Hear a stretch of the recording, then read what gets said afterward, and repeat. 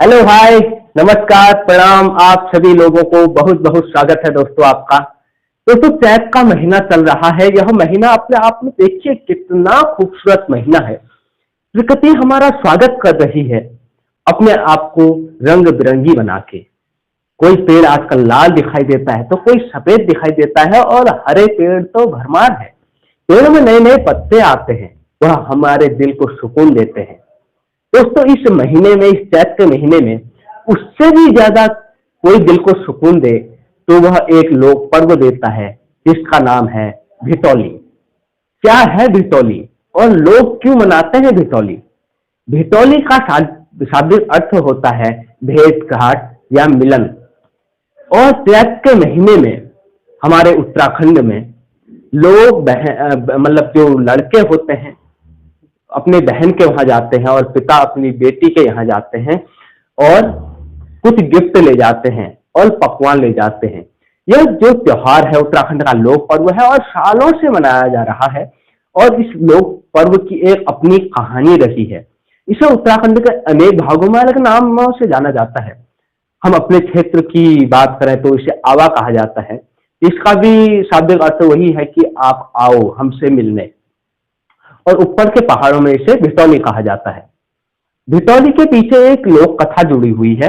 आपको भी वह लोक कथा सुननी चाहिए। और इस पवित्र महीने की यह विशेष जो दिलों से दिलों को जोड़ने वाली परंपरा सालों से चली आ रही है, इसे जानना चाहिए और मानना चाहिए। एक गांव में दो भाई बहन रहा करते थे जिनका नाम नरिया और देवली था। यह बचपन से ही बहुत शैतानी थे और बड़ा ही प्यार था इन दोनों में, जैसे कि हर भाई और बहन में होता है। तो धीरे धीरे देवली बड़ी होती है और एक वक्त ऐसा आ जाता है जब देवली की शादी हो जाती है। और शादी उसके गांव से बहुत दूर होती है और वह मायके बहुत कम आ पाती है। जब वह अपने ससुराल में होती है तो वह बड़े सपने देखती है और उसे अपने मायके की बड़ी याद आती है। कभी उसे सपने अपना भाई दिखाई देता है, कभी सपने में अपने पापा दिखाई देते हैं, कभी माँ दिखाई देती है। और वहां उसके मायके में कभी उसके माँ के सपने में देवली आती है, कभी भाई के सपने में देवली आती है।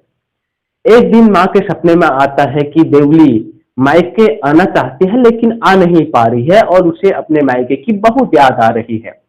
यह सपना जब उसकी माँ देखती है, सुबह सुबह नरिया को बताती है कि कल रात मैंने ऐसा ऐसा सपना देखा।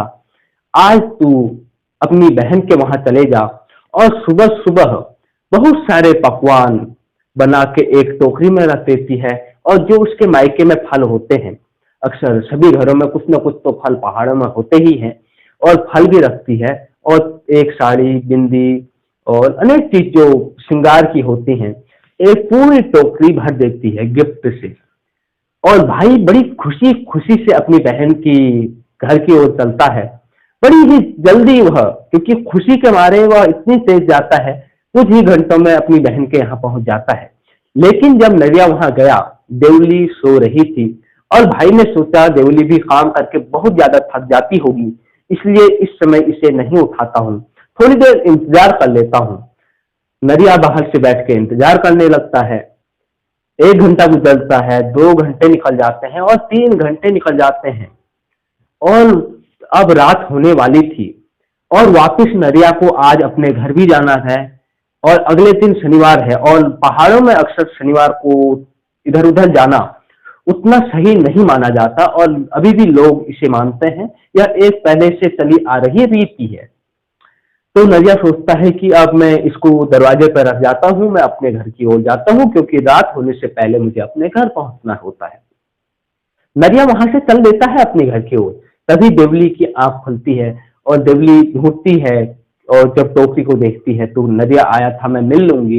लेकिन तब तक का उसका भाई घर की ओर जा चुका होता है।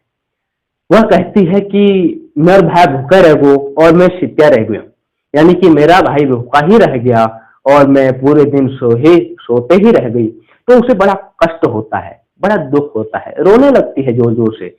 उसकी रोने की आवाज सुनकर पूरे गांव के लोग वहां आते हैं, पूछते हैं बता बेटी क्या दिक्कत है, तू रो क्यों रही है? तब वह पूरी अपनी कहानी बताती है कि मेरा भाई आया था और मैं उसको खाना तक नहीं खिला पाई और वह वैसे ही चले गया। और ऐसा जब वो सोच रही थी, कह रही थी, रो रही थी, उसे हार्ट अटैक आता है, यानी कि कुछ ऐसा महसूस होता है, जमीन में गिरती है और उसकी मौत हो जाती है। यह बहुत ही दुखदायी वह घटना थी। और फिर वही देवली दूसरा जन्म लेती है। फिर वह इस चैत के महीने में यही कहती है कि मैं सिद्ध रह गई हूँ, मेरा भाई भूखा रह गो, यानी कि मैं सोई रह गई, मेरा भाई भूखा रह क्या। यह तभी से एक परंपरा चली आई कि चैत के इस पवित्र महीने में जब प्रकृति हमारा स्वागत करती है, भाई अपनी बहन के घर जाएगा और उसे एक टोकरी भर के गिफ्ट दे के आएगा, जिसमें साड़ी, बिंदी, फल और पकवान शामिल होंगे। और बेटी इस महीने का बहुत साल भर इंतजार करती है और यह जैसे ही महीना आता है वह खुशी के मारे झूम उठती है। और जो उसके मायके से पकवान आता है उसे पूरे गांव में प्रसाद के तौर पर देती है लोगों को, और कहती है मेरे गांव से बितौली आई है, लोग प्रसाद पूरे गांव में बांटती है, क्योंकि यह उसकी खुशी होती है कि मेरे मायके से मेरे लिए कुछ गिफ्ट आया है, प्रसाद आया है। तभी से यह त्योहार मनाया जाता है। यह त्योहार भाई बहन के प्यार को दर्शाता है। यह त्योहार उस रीति को दर्शाता है जिसमें भाई बहन का क्या अनोखा प्यार होता है, माँ का एक बेटी के प्रति और बेटी का अपने परिवार के प्रति, शादी होने के प्यार बाद भी जो स्नेह रहता है, उसी को ध्यान में रखते हुए यह त्योहार अभी भी मनाया जाता है। इसको उत्तराखंड के अनेक अनेक क्षेत्रों में अनेक अनेक नामों से जाना जाता है। जैसे कि मैंने बताया, हम इसे आवा कहते हैं। आवा का भी शाब्दिक अर्थ वही है कि आओ, मिलो, भेंट घाट करो।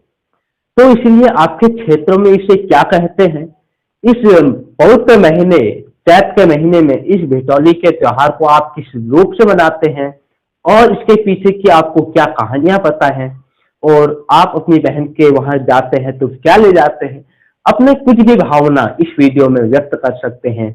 और इस वीडियो को देखने के लिए आप सभी का बहुत बहुत धन्यवाद। नमस्कार। जय देवभूमि, जय उत्तराखंड।